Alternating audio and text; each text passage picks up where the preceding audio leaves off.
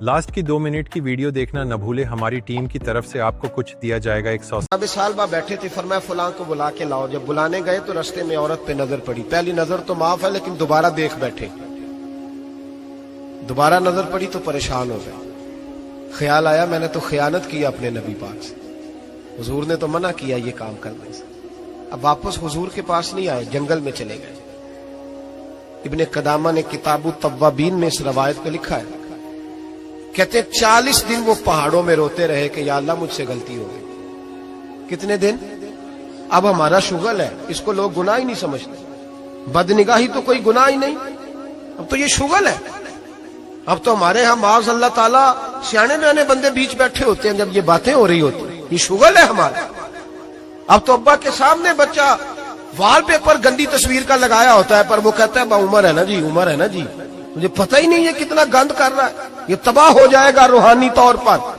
अगर ये गंद देखने में उलझ गया तो इमाम शाफी का फतवा है, जिसकी नजर गंदी होती है उसका हाफजा कमजोर होता है, वो कोई बड़ा काम नहीं कर सकता। वो नफ्सियात का मरीज हो जाता है जो गंदी नजर वाला आदमी होता है। हमें पता ही नहीं कि हमारे मसाइल असल में हैं क्या। तो 40 दिन जंगल में रोते रहे, 40 दिन।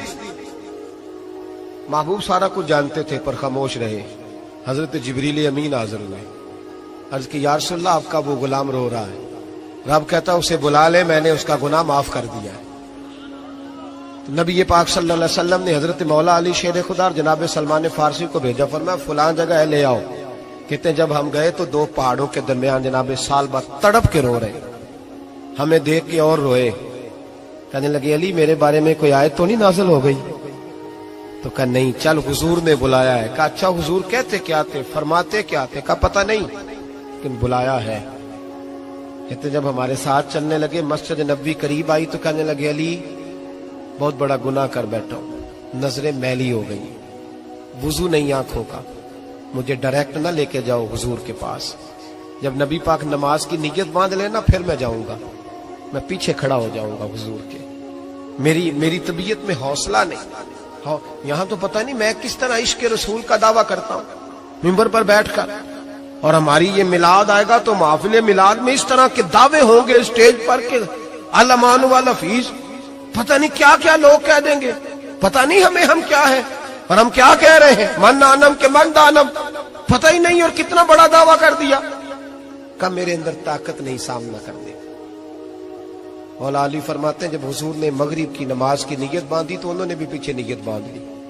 इत्तेफाक की बात यह कि हुजूर ने पहली रकत में सूरह इन्फितार पढ़नी शुरू कर दी। इज़ा समाउन फतरत व इज़ल कवाकिबुन तसरत व इज़ल बिहार फुज्जिरत।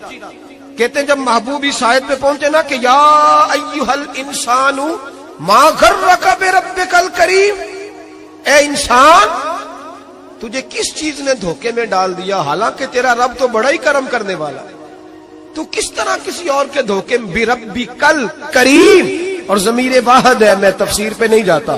कहा तेरा अपना रब, बिरब्बिका तेरा अपना रब, तेरा रब तो बड़ा करीम है, तू फिर भी कहीं और चला गया। जब ये आयत सुनी तो पीछे चीख मारी, बेहोश होके गिर गए। घर वाले घर ले गए। नमाज मुकम्मल हुई तो हुजूर ने फरमाया क्या हुआ? अर्ज की हुजूर वो तो रो पड़े थे, घर ले गए। महबूब पीछे गए तो बेसुध पड़े, तेज बुखार हो गया।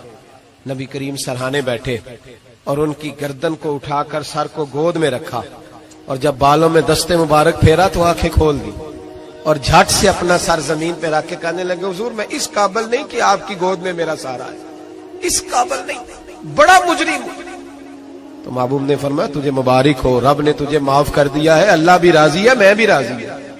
अब हुजूर के कदमों के करीब आए तो कहने लगे हुजूर आप राजी हैं? कहा राजी हूं। फरमाया फिर मेरे लिए दुआ करें, अल्लाह इसी रजा में मुझे कबूल कर ले। बस ये बात हुई थी, उन्होंने कलमा पढ़ा तो रूह परवाज कर गई। परवाज मेरे भाई एहसास पैदा कर। अस्सलामु अलैकुम। आज मैं आपको एक ऐसी बात बताने वाला हूं जो आपकी जिंदगी को आसान बना देगी। क्या आपको पता है बैंक अकाउंट ना होने की वजह से कितनी परेशानी होती है? ऑनलाइन शॉपिंग, पैसे भेजना या कभी कभी जरूरत पड़ने पर जेब में पैसे नहीं होना। मुझे भी ये सब फेस करना पड़ा था, लेकिन अब नहीं। हमारे पास एक आसान सोल्यूशन है। आप सोच रहे होंगे, आप सोचो आप क्यों बैंक अकाउंट नहीं खोल रहे, पैन कार्ड की वजह से?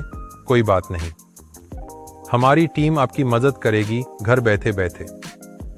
पैन कार्ड से लेकर बैंक अकाउंट और यूपीआई सेटअप तक सिर्फ 3000 में रुको बल्कि सिर्फ 807 रुपीज में आपका पैन कार्ड रेडी होगा।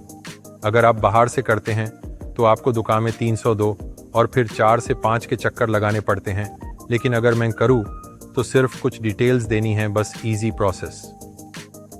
और पहले आपका पैन कार्ड रेडी होगा, फिर आपको सिर्फ 807 रुपीज देने हैं, बाकी का प्रोसेस फ्री है। तो जल्दी करें, इस नंबर पर व्हाट्सएप मैसेज करें या डिस्क्रिप्शन में लिंक पर क्लिक करें। ये ऑफर जल्दी क्लोज होने वाला है। अगर कोई डाउट है तो मैसेज करना मत भूलिए। खुदा हाफिज।